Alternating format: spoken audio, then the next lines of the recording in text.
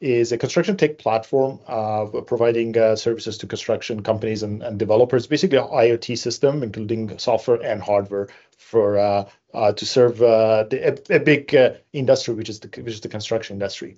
So this is basically the agenda for what I have prepared. These are the topics that, other than introduction, other topics you have probably heard it in other presentations, other events.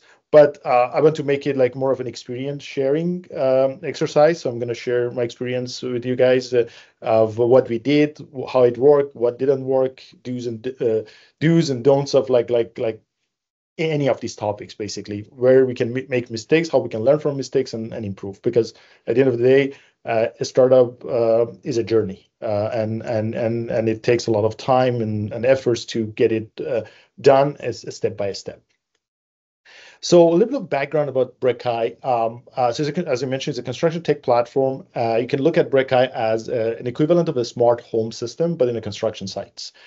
So we serve different types of construction projects, like all high-rise, mid-rise type of building construction, and also heavy civil infrastructure type projects that are mostly driven by government fundings.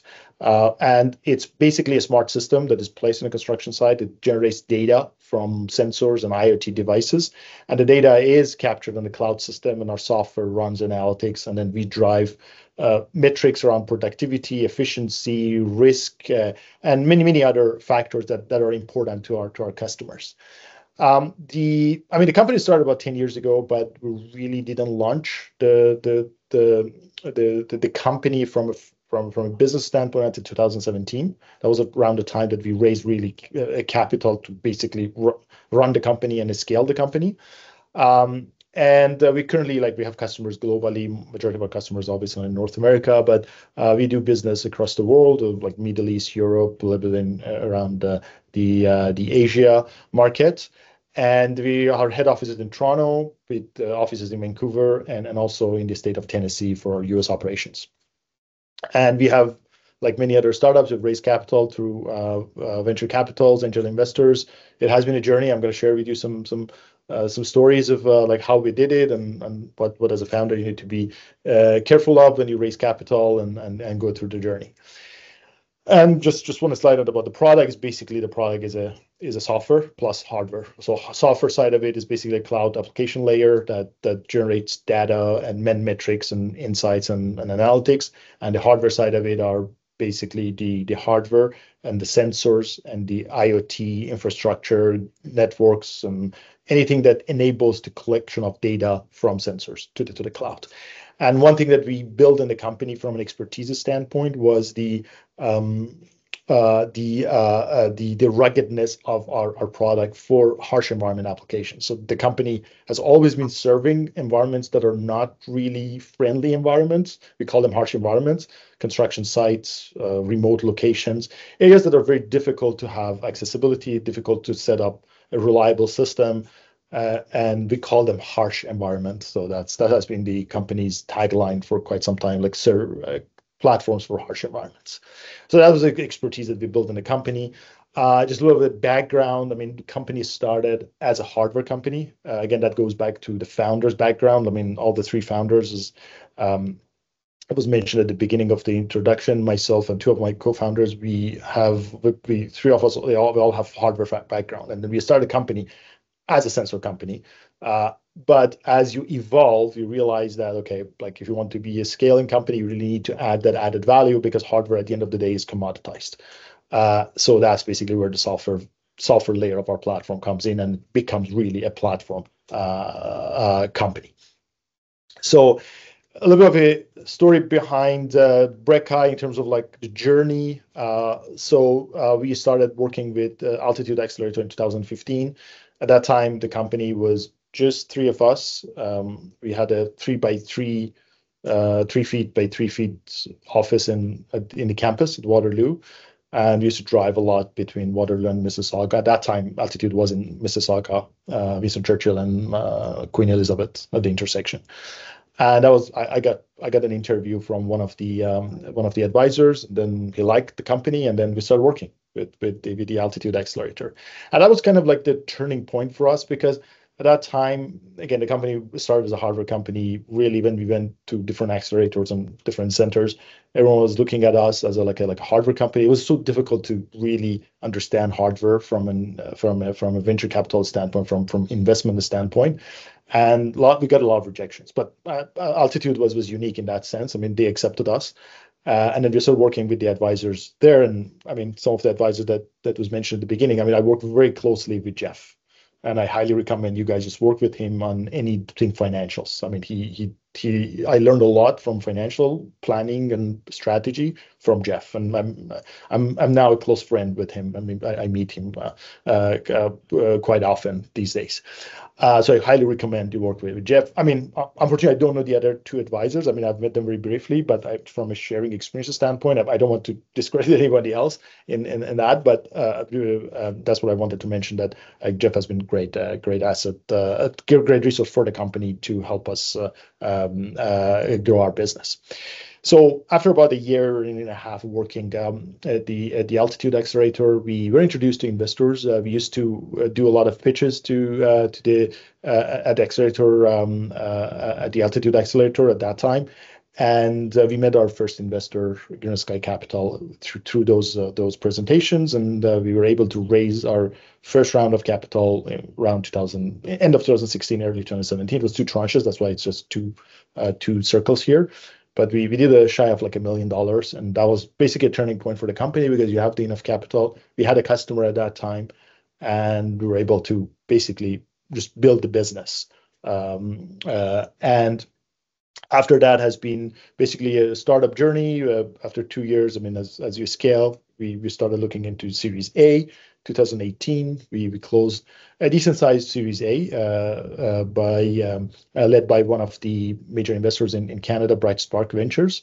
And after that, I mean, you can imagine like about a year and 3 months after that, COVID happened. And then I'll share some experience with you after that, like how we managed through COVID. And but after COVID, we came out very strong, and we started again scaling the business further, and we were now 36 employees. And very recently, about less than a year ago, we did a major financing round of $10 million led by BDC, Business Development Bank of Canada, their venture team. They actually invested in the company. So there's been sort of a financing story behind the company. So I have been basically leading all the financing rounds. I mean, it has been quite a journey to raise capital, to meet with the investors, to get the term sheets, get it closed, and a lot of negotiations happening there. Obviously, I didn't do it alone. I mean, I had a lot of advisors and people who actually helped me with the term sheets and closing them. But I can say that one thing that I have been doing in the company for quite some time has been the corporate finance side of the Brickeye, until very recently that we actually hired an executive to take over the corporate finance in the company. But I'm still overseeing that, and that has been and I'll share with you the stories, like how you set up teams, or how we did it actually in order to scale in a lean way, but at the same time make sure that you don't sacrifice your scaling. So, a quick pause over here, Hamid. We have a question in the chat for you, and I think it's related to financing. This is Ishan, co-founder of Auto Labs. Knowing how capital-intensive hardware is, did you raise any pre-seed capital to even begin capturing traction? Yeah, that's a great question. So our very first dilutive round, which is basically an investment round, was a seed round, was the $925K. But one of the things that, I mean, now that you're talking about financing and capital, one of the things that the company really invested on was grants. So we had this sort of engine of grant writing in the company, and that was mostly driven by me because I had a previous experience with that. Actually was a grant advisor before starting Brickeye. And we were just applying for any kind of grant that was available, even if it was $2,000, $10,000, $500, like business development travel credits for export, for meeting a customer somewhere outside of Canada, stuff like that. So that helps us a lot. and any co-op student that we hired over the past years, we tapped into different programs that were available. So that's something that it's kind of unique in Canada for running a business, is that we have a very good government support to subsidize certain activities on the entrepreneurship side. Grant space has changed quite a lot. Like, I mean, now after what happened with the interest rates and the fiscal policies of the government, I mean, things have changed. I mean, there are not many grants as they used to be, but there are still a lot of good programs that you can tap into, like different agencies. You've heard of them: OCI, IRAP, and other agencies like provincial and federal agencies. They have some good programs, and I encourage all entrepreneurs to tap into those programs, because I mean, cash is king. I mean, just whatever is possible is better to tap into and get, because they're designed for helping businesses to grow in Canada. Did I answer that question? Hey, Ishan, are you there? Yeah. Yeah. Thank you. That answered the question. Yeah. Okay. So yeah, just getting back to the main agenda. So a little bit of background about me. I mean, I am an engineer and a PhD by training. So when I moved to Canada, actually in 2006, and I didn't have any vision of becoming a business owner or an entrepreneur when I moved in. So when you come for a PhD program, you think about, okay, I'm going to graduate, I'm going to become a professor, I'm going to go to the tenure track process, and then that's a journey. Things changed after I finished my PhD. I started the other side of the story and the other side of the world, that, yeah, there are other routes for as a career path. And one of the drivers for that was when we were at Waterloo, the founders of the company, we actually very close to each other. We all came from the same research lab. We actually work on different patents, and we developed technologies and filed them as patents. And that was actually a good driver, because the commercialization office of the university came to us, say, yeah, there's some supports. And that's when I learned about, like, journal entrepreneurship. There's some supports. You can actually start a business. You can commercialize technology. That was actually the trigger point. We ended up not using that technology, but that was actually a good trigger point for us to actually start a business. And it was around 2013 that I learned about new programs that are available for entrepreneurs and young entrepreneurs. And then we applied for one of them without even having a company. And then it was a program by, I think at that time it was called Futurepreneur Canada. I don't know if they exist now, but OCI and Futurepreneur Canada, I think they had a joint partnership for that. And then we got a little bit of money, and that's why I talk about the grants. And that's how we actually started the company. We wrote the proposals. We had an idea. It has nothing to do with construction. And we started the company that way. And the three of us started actually working on the company with a little bit of the money that we had. We couldn't even hire anyone. We had to actually work, and we can pay salaries to even ourselves.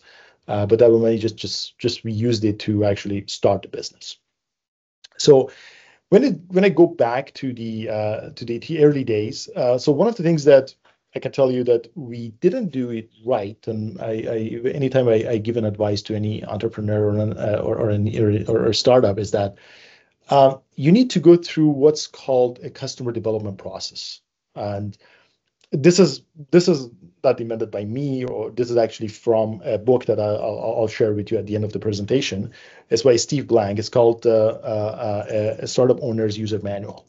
So Steve Blank, if you search him, he has lectured to Stanford and all the entrepreneurs in Silicon Valley. He's a very well-known person in the field, and he has actually a pretty thick book, and I recommend everyone to read that, or at least just go through it. It is actually a very interesting. He calls it a startup owner's manual, but it gives you a step by step of how you need to go from one stage to another stage to grow your business.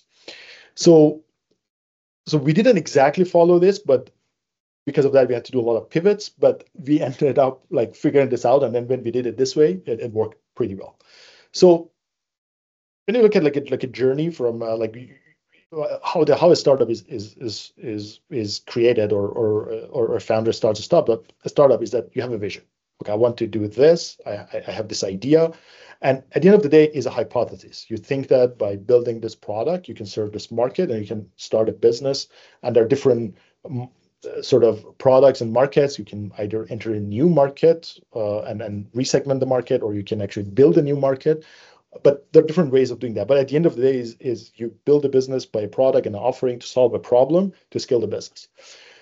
So there are different approaches to that. Like you may start the way we did it actually was that, okay, start a product, let's build a product and go and pitch it to the customer. That's the absolute worst way of doing that. And that's how we started the business. I'm telling everyone not to do it that way.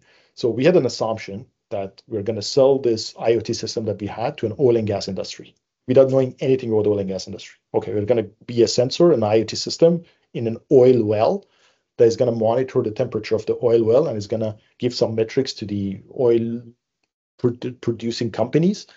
And it's going to generate a lot of revenue for us and for them. And that was just an assumption. We started building a product, and in the middle, we realized, okay, first of all, building that product is so difficult because you're going to one of the most difficult industries in the world, and you're dealing with like a well that is probably 15 kilometers deep into the ground. If you're talking about like onshore wells or offshore wells, doesn't matter. And then we spent some money. We went to Texas. We met with Halliburton. We met with all these big oil and gas companies. And at that time, we realized that, okay, like there are a lot of like economic metrics that we really missed. Like a product might cost $100,000, but one of the oil and gas companies were telling me, oh, it's going to cost us $1 million to just deploy it because you have to shut down the well, you have to stop the production, you have to deploy this. It's okay, like it really doesn't make sense. So that actually brings me back to this basically slide and a chart, which is basically like explains how you have to start your journey from a customer development standpoint. Like the mandate of a startup is to find a repeatable and scalable business model. So when you're in a startup mode, you're in a constant search for that repeatable and scalable business model. So to do that, you need to be efficient, you need to be lean, and you need to do it fast and fail fast and win fast, because you're basically figuring out how to build the business at that time.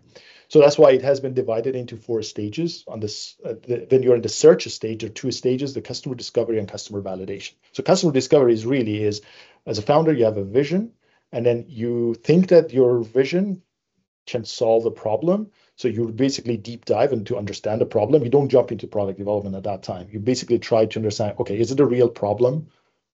And how big that problem is? How are there people who are dying to pay to solve that problem?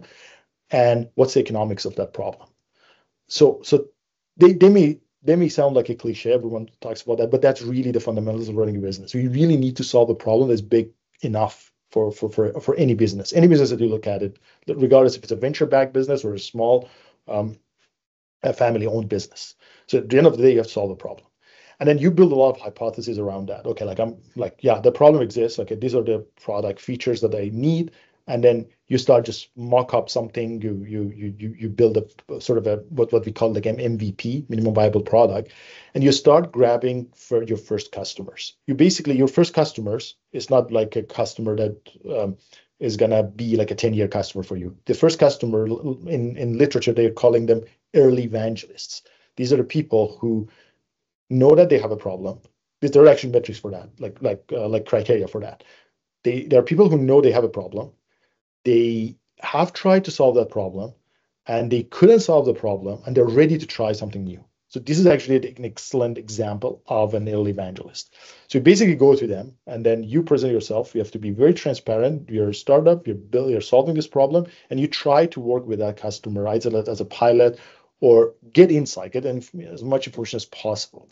And then that's basically where your journey goes on, because that's where you can validate your assumptions. And then you might have failed in your assumption. Your definition of problem might have changed, and that's where the pivot happens. So you constantly do this loop until you basically build, until you understand the market, you understand the customer journey, until you understand the market size, until you understand the path to selling the product. the different players in your buying journey, like who is the customer, who is the paying customer, who can be a blocker, who can be influencer, all these things that you probably have heard about it. But one of the things that is important here is that you actually run fast and then fail fast. And you don't look at a failure here as a real failure. This failure is actually a learning for you to go through that path. So for us, at the beginning was not like that. And we actually, if you don't do it like this, you actually end up burning a lot of efforts, time, and maybe money. So I can tell you a story that how it worked for us, because after the oil and gas thing didn't work out for us, we actually met through an event. We met an IRAP advisor in Calgary because we were just still trying to figure out something with oil and gas. And the advisor told us, okay, just forget about oil and gas. I want to introduce you to a customer of me or a client of me, because IRAP works with a lot of companies, that they have a real problem that I think you guys can solve it. So that was really interesting, because when we met that company, they exactly, we were able to check all those metrics that I mentioned to you. A customer that has a real problem, they knew that they had a problem, they tried to solve it, and and it didn't work. So that was the time for us to basically go and pitch our product to them. And they helped us to build the first product in the company, which was not in the construction space. And that was the time that we were able to prove to our investors, the first investors, okay, there's a business, there's the product, and there's a market for it. And that's where we are able to build a business around that. So this is actually a very important thing. I mean, there's a book I'll introduce to you, that one. And here's another thing is that, I mean, another thing that you need to make sure that you do it right is that before you go to basically building like a real business, you need to figure out like the whole buying journey from a customer. You need to understand your market segmentation. You basically need to have a founder built sales playbook. It might not be perfect, but you need to have that before you build a sales team. Again, that's another mistake that we made at some point, was that I mean, all startups at the beginning is founder-led sales. Like, founders need to sell at the earliest stages, because you don't have capital to hire VP of sales. I mean, I know, like, I'm not in sales now. I mean, but one of my co-founders is now in sales. That's when we scaled. I mean, we separated the responsibilities. But at the beginning, you need to learn how to pitch to customers to get them interested in your product. So you need to build that playbook. And then you start spending and deep diving into marketing, sales, and hiring like a sales team. Because if you hire a sales team without the playbook, it's going to fail. It's guaranteed. Because unless one of the founders is actually a head of sales, which is in some cases or many cases it might not be possible, because it depends on the structure of the founding team. So that's actually very important to when you go to the execution stage, which is the right side of this graph, is that you have figured out the process. And this is the time that you can actually deep dive. You can raise more capital. You can basically prove as you go through the basically creating your customer base. You basically iterate and then build your customer base, and then you move on, and then you basically are now called a company, not a startup. You basically have a sort of a predictable revenue, not 100% predictable, but there's a market for it. There's a time that you hear this terminology a lot, product market fit. This is the time that you can say that I have a product market fit, because our customers who buy that, and I know how to sell it. Just the process. You just execute that process. And then company building is basically more of a later stage thing, that you can really predict your business, you can forecast your business, and you can basically scale a business with a repeatable and dependable business model. Any questions here? I just want to be careful of the time as well, so I'm gonna just let me know if I'm going over time, Rastija. No, you're good. And Shiv asked for the grant names post the call, so I'm gonna reach out to you to understand which grants did you apply for. You mentioned IRAP for sure. We work with IRAP, so I'm gonna mention that. And yeah, feel free to unmute yourself and ask questions.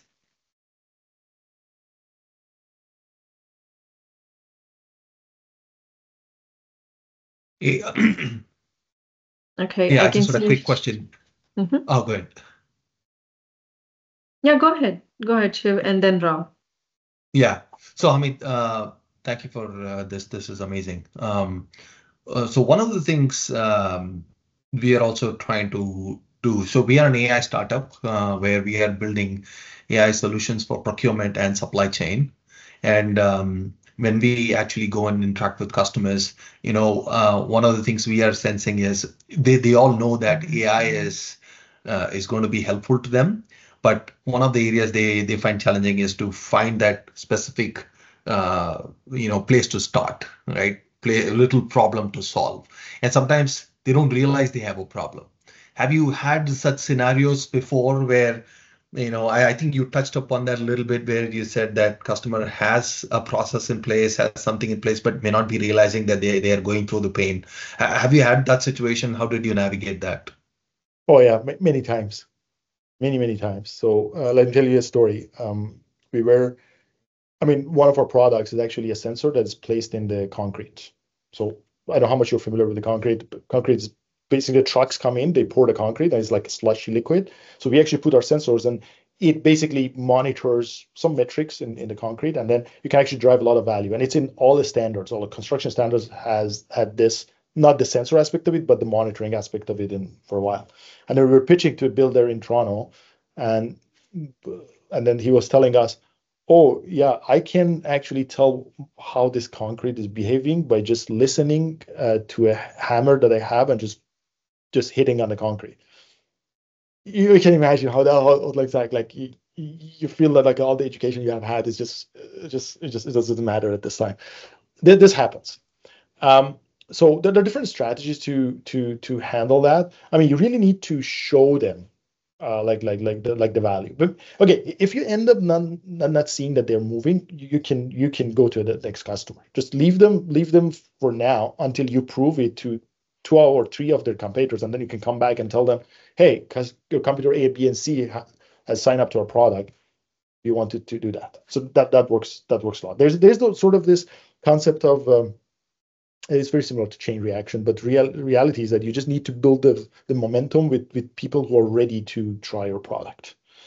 Some companies are very, very difficult to deal with at the beginning. Again, it depends on who you're talking to. Is the person you're talking to, is he the person who is responsible for the problem? Again, I don't know much detail about your product. Who is financially is affected by the problem? Is it the CFO of the company? Is it the VP of finance, or is it the plant manager? Because you probably have heard this, there are different roles in a sales process, in sort of enterprise sales process. You have like buyers, the blockers, the influencers. You have to see what that role is. There's always blockers. There are people who feel that like the guy that I mentioned to you is that he probably going to lose he feels that he's going to lose job probably, and then when everyone's talking about AI and everyone's sensitive, okay, I'm going to lose my job if I sign up to this. So that's basically the thing. You can do only so much from an educational standpoint, like how it's going to work, but if they don't move, you can just don't waste time, just go to the next customer. And then sorry, just a quick add-on. Have you done like discovery sessions with customer trying to figure out what the current processes are and where would your solution kind of fit into the process? Have you, did you have to do anything of that sort? Yes, there are frameworks for doing that. And that's actually the first, technically, any sales call, the first call is basically a discovery call. Because it's actually, even now that we have scaled and when we talk to customer, the first call is that you don't want to waste their time. You don't want them to waste your time. So basically go there and then you tell them, you basically understand what their process is. You see that if you are a fit for that process, and it's your first session basically with them. And there are some structures for that. I remember there are it's like a Kanban structures that you just basically check some boxes, but by asking the right question. Again, it depends on your product or market, but that's how it's done. I can tell you example, we are actually in a procurement of a software platform for our company, and then I was talking to the vendor, and we were selected 3 vendors, and then we're interviewing them. One of them, they after we talked for 5 minutes, they told us, okay, we are not a fit for you guys. Just let's don't waste your time. I really appreciate that, because you don't get into that sort of pushing you to sell and the product that is not really a fit. And he actually recommended us to one of their competitors. Okay. So, Perfect. so yeah, it just at the end of the day, it's just you need to do that at the beginning of the sales journey. Perfect. Awesome. Go ahead, Rob. I think you're muted.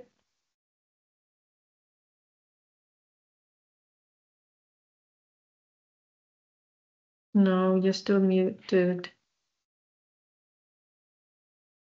I think you're unmuted, but we can't hear you. Maybe try joining in again, but I'll let Hamid continue his presentation, okay?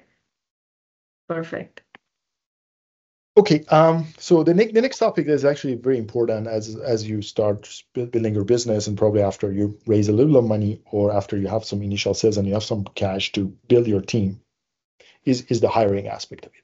So it's actually very crucial to pick the right roles and the skills at the beginning, like when you go from founder level to just expanding the team. So what we did was that, I mean, one of the deficiencies that we had in the team, as I mentioned to you, we were all hardware backgrounds. Like we were not a software developers. Like one of the founders had some software backgrounds from mechatronics program, but not like a computer science software level. So the first hire in the company was actually a software developer, like someone that's relatively senior. He was actually a friend of us, and then we actually brought him in. So that's actually a sales process, because you have to really sell your vision to someone who's working in a probably established company, later say a startup or a corporate environment, and that's actually important. You pick the right people, you bring the right people. So when you're founders, I mean, first of all, like I believe that in a company there should be at least two founders. Like one founder, I don't think is gonna work very well. I don't know how many of you are single founders, but even if you're a single founder, I highly recommend you bring someone as a founder. Just give them a little bit of share. Just have them to come over with you to the journey. Because you really need that diversification of skill set, and also you need at some point in the company you need to be responsible for different parts of the business. So founders, I mean, when we started the business, I mean, I took the role of CEO. I mean, one of our founders took CTO, and another founder got COO. But at the end of the day, we were chief everything officer, because you have to figure out everything. Like as a CEO of a startup, like earlier stage startup is not even close to a CEO of like a later stage startup or even a corporate environment.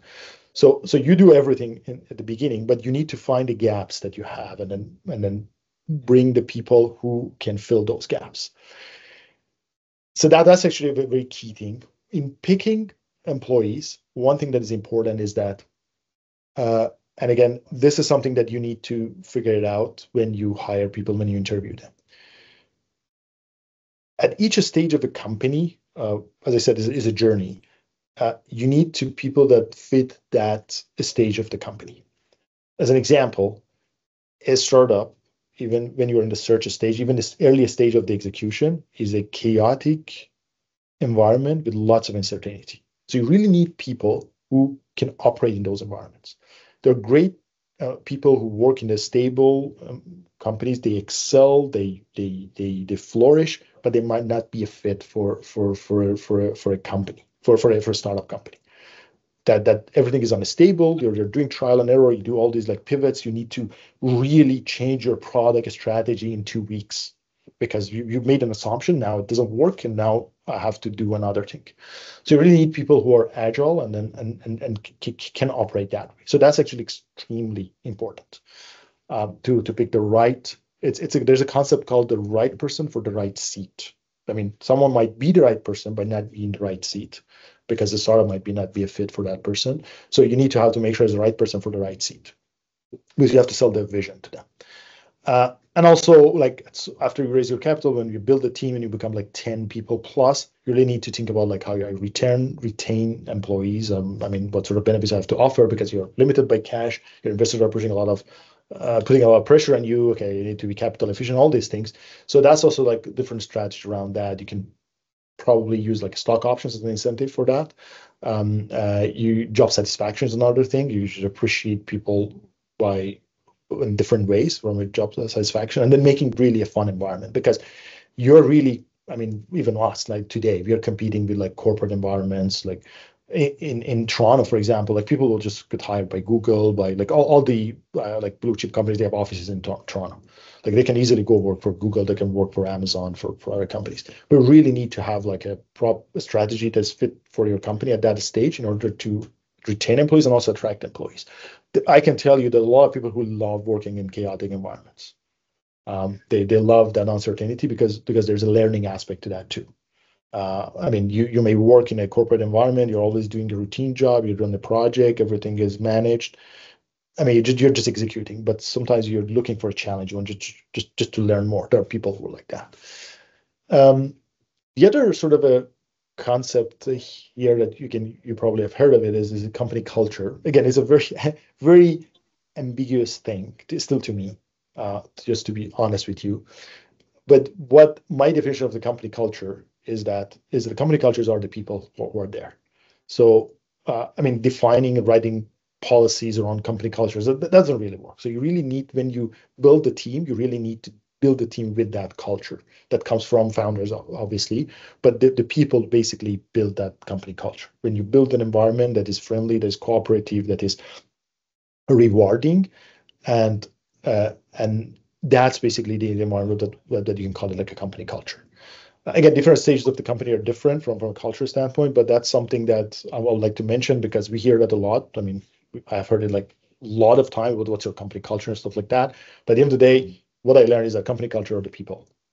And then when you hire people based on your needs and then based on what the company wants to achieve, that's when you build basically a company culture. Any questions? Rao, do you want to try again? No, we can't hear you. Unfortunately, no. Maybe you can drop the. Okay, I think he's gonna join again. Okay. So, I mean, we talk about like iteration a lot. So this is actually something that we have done at the Brickeye like very frequently, at least at the early days. So again, I mentioned during your early stages, you really don't go and build a product and present to customer. You really need to build the minimum product. As you hear this concept of minimum viable product that is enough for a customer to see, evaluate, and then give you feedback, and then you go back and redo that or add features or remove features and edit features and stuff like that. So this is actually a concept that, again, it's kind of related to agile methodology in software development. We actually adopted the agile methodology for hardware development too in our company. So everything is customer centric. So when I mean, software people like software developers are very much adapt to this sort of an iterative process because that's how the agile software development works. But the hardware is a little bit difficult, especially because it's expensive to build hardware products and iterate. But we actually make it work in our company. It's a combined approach actually. It's an iterative and a little bit of waterfall, but it's mostly iterative approach. So this is actually very, very important, is that you have the product ready for the customer to try, to test, to give you feedback, and then you improve around that. And one concept that has been mentioned by a lot of successful entrepreneurs is that it's okay that at the earliest stage, what you build, what you do is not scalable, because you really want trying to find basically that scalable point. So it's better to just build it fast and then try it. And then as soon as you realize, okay, these are the features my customer want, and these are the features they're going to pay for, then okay, let's do it properly now. Let's build it properly. Because at the early days, unless you know exactly what your customer wants and they have a commitment, they say, okay, I'm going to buy this. This is a non-cancelable contract. If you build this, I'll give it to you. I'll buy it from you and I'll give you money. There is no other way you can actually just go and build a product and then present to a customer, and then you have to come and probably 80% of that to change 80% of that. So that was actually something that we did. We have done actually a lot in the company. So our very first app for construction was like that. I mean, our VP of software, who was hired right after the founders, he was actually like that. I mean, we're coming, okay, let's add this. We took it to a trade show with product, and then we presented to people who were coming to the trade show, and then they giving us feedback, and then we came back. It's okay, like fix this, fix that. Like that's how you do it. at the early days. And then as you scale, I mean, you obviously adopt the agile methodology, and then you do it basically properly through a product roadmap approach. But that's actually important, that not like have enough patience for iteration. Don't go and build a full product and then come back and then you have to change probably 80% of that. So we talk about funding and financial management. I mean, I've put it here, but I would say that this is one of the most important, I would say, items in running any startup, like funding and financial management and cash flow management and budgeting. Because I used to say this, that everything in a startup is uncertain. The only thing that is certain is that you know when you're going to run out of cash after you raise capital. So that's as you know exactly, okay, like I need to manage that because I need to extend that runway somehow. Bring more customers, bring investors, apply for grants, and stuff like that. So I would spend a lot of time. I mean, I was kind of an interim CFO for quite some time in the company, although I was a chief operating officer, but I've been doing like financial planning, budgeting, control, all kind of. I mean, I had helps from bookkeepers and some staff, but really I was responsible for board packages and things like that. So this is something that you really need to figure out at the early days. So, I mean, to do this properly, obviously you need someone with a finance background. If you're a founder with a finance background or economics background, it's easier for you to jump into that and do that. If you're a technical background like me, it takes some time to learn that, because when you are just a founder, like starting that business, you cannot really pay for a VP finance, for a director of finance. It's going to be challenging for you to figure this out. I mean, it depends on what your preference is, but no matter when you're going to hire that finance person, you really need to have a control on your financials. And cash flow is actually the biggest thing that you need to be worried about. I mean, revenue, everything like that, they drive cash flow. But what you need to know exactly is how much I'm spending, how much I'm burning this month, how much runway I have, and how I plan accordingly. So, so cash flow management, I would put like the highest priority for any startup. Before you raise capital, I mean, you probably have invested seed money or your own capital, your friends and family. But after that, when you have investors, you're going to have more sort of reporting requirements for that.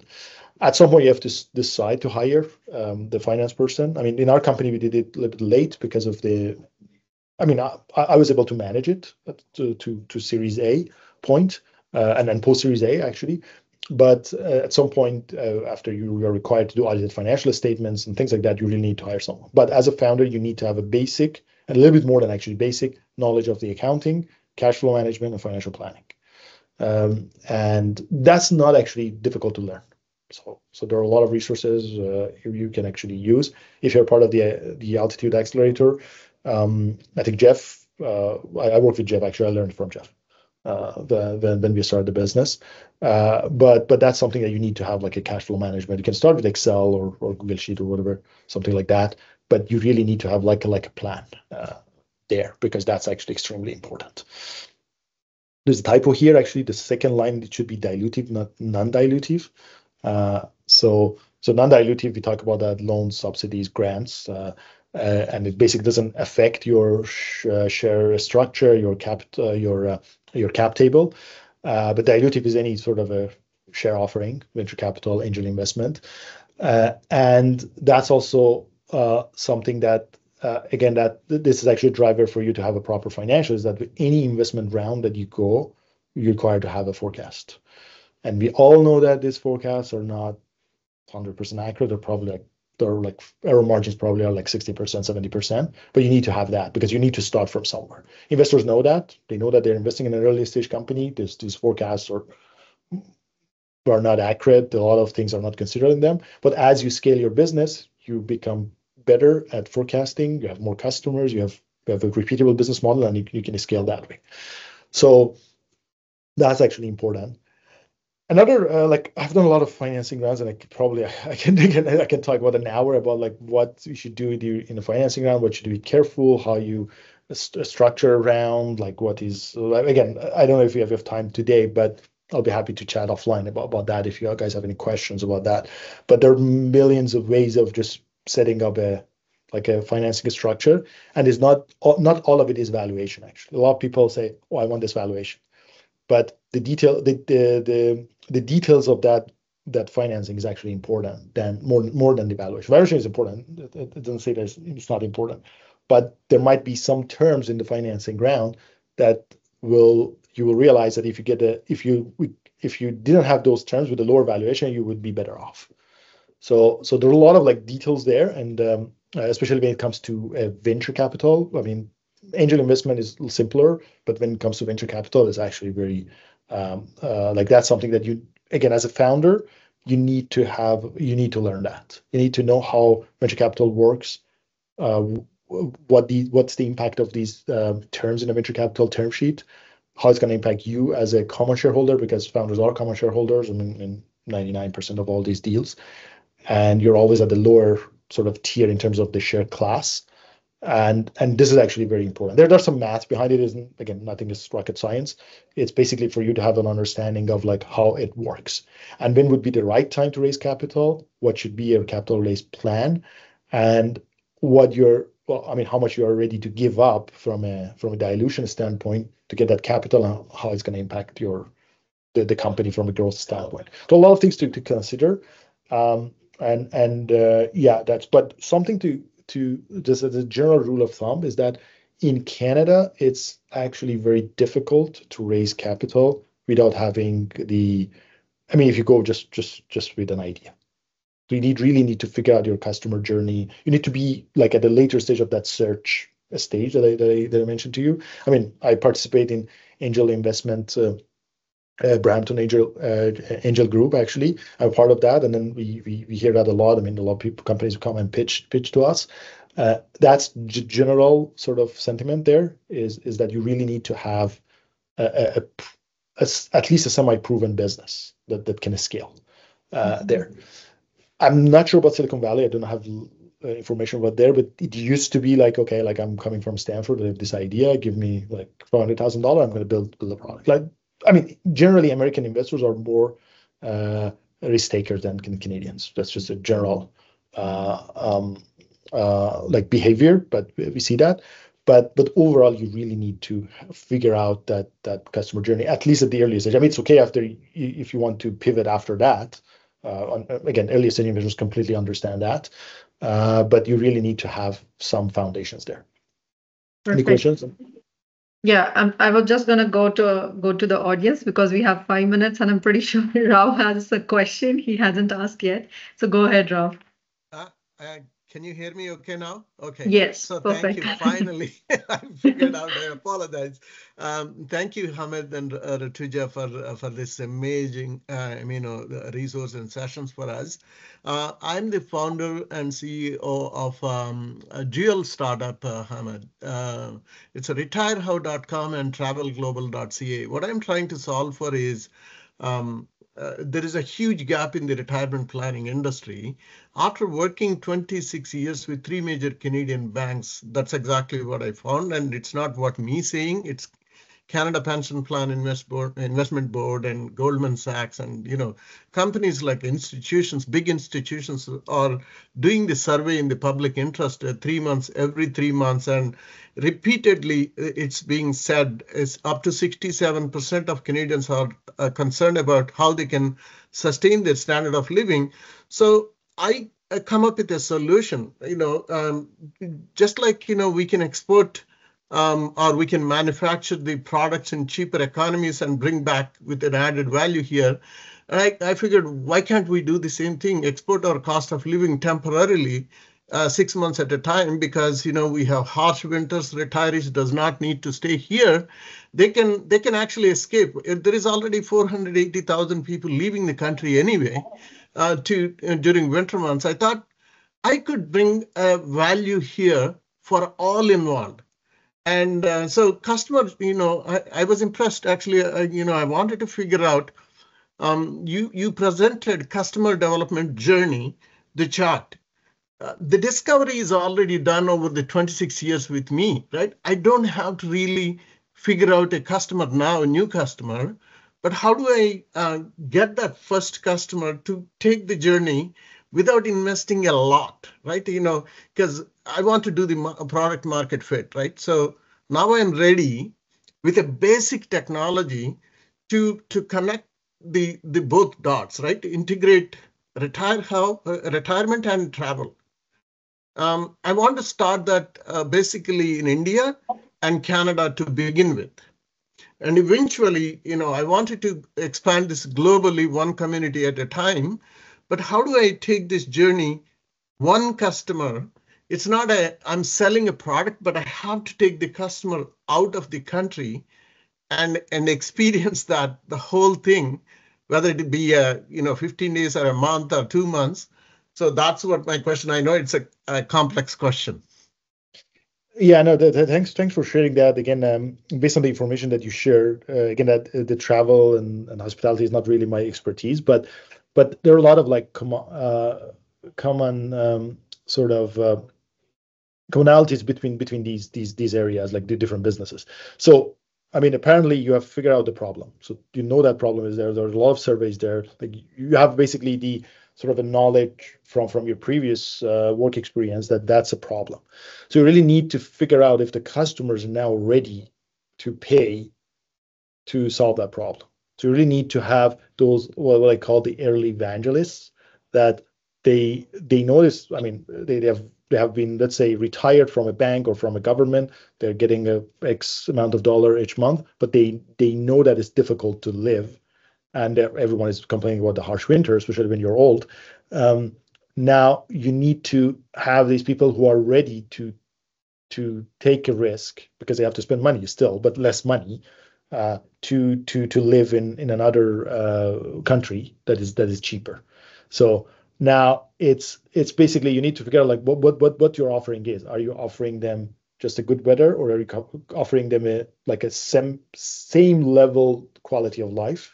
Actually, much better quality of life, because, if I take, for example, India, at 1/3 cost, I can bring middle class luxuries of Canadian standards. So, it's really triple the Canadian standard I can bring at the Canadian, income or spending level, right? Yeah. But so what I'm trying to do is, because of the, cost of living is a concern, I'm trying to reduce the cost of living, but yet have immersive travel experience at the same time. Yeah. The other thing that I think you should also maybe if I were you, I would consider is that what you basically have like a roster of like different sort of potential customers in terms of like the retirement income, like that, like right. you have the 55 top 25%. The demographics is 45 to 65, let's say, and the middle income group, right? I'm not looking to serve the ultra rich or really below the poverty line, right? So it's a middle income group. That's what I'm trying to serve. Yeah, you basically need to find people who are not too rich because they go to Florida. They probably have their mansions there. And then the people who are at the bottom because they cannot really afford a flight to India, because flight to India, it doesn't matter if it's a cheap country or not, the flight is expensive. So you really need to find that. And then, I mean, you need to so you basically need to find those people, I mean, through different channels, like advertisement or different strategies that you can find, or friends. Like you can basically take your friends there, offer them that, and take them. I mean, use them as a case study for that, and then they just again your case again is not. That's why I said it's not my expertise, because it's also B2C. I'm more of a B2B sort of business owner. I mean, I've never approached like a business to customer, but this, I mean, I can tell you it's a great offering. I should probably consider it after I retire, but everyone is concerned about that. But yeah, I mean, you really need to find that, like narrow down like the first group that you're gonna take them and make them like basically make them your first customers that they can come back again next year and next winter. So and then that's how you scale it, because I mean, this is going to be a book.com for retired people, basically, or Expedia for retired people. So have you built any product around it? Like, do you have like a... Yes, I'm calling the product, long-term stay immersive travel experience, right? One community at a time, or connected community, right? So the product is going to be, if you are going to travel to the community, that I am going to provide a 2-bedroom apartment, car and driver, chef and concierge service. you will get 1 week vacation in that destination country, anywhere you choose. And we are partnering. I am partnering with, for example, if you want to be on the beach for a week within that 1 month, I have a partner in Goa. I'm really entering into strategic agreements with these guys, verbally, of course, not legally yet, because I'm very early stage, right? So I'm just testing the ground right now. But I think, I presented actually at the collision, Rutuja, I was looking forward to meet with you there, but there is a market validation. People really wanted to travel, and if my product is ready, they are willing to pay. I don't know how much they are willing to pay, but they said, Rao, we are ready. We joined the list, right? Yeah, let's catch up. I know we spoke a couple of months ago, and I want to hear more updates. But we are at time today, so I'm gonna pause this session and thank Hamid. Thank you, Hamid, for sharing the insights and your knowledge. Your journey is just fabulous, and thank you for being so candid. And yeah, we are hoping that all our audience enjoyed it as well. And we'll be at the Brampton Venture Expo on July 25th. So if you want to meet our team in person, we'll be there. And once again, thank you, Hamid. Thank you very much. Thanks, Rutuja. It was a pleasure. Thank you. Thanks, Hamid.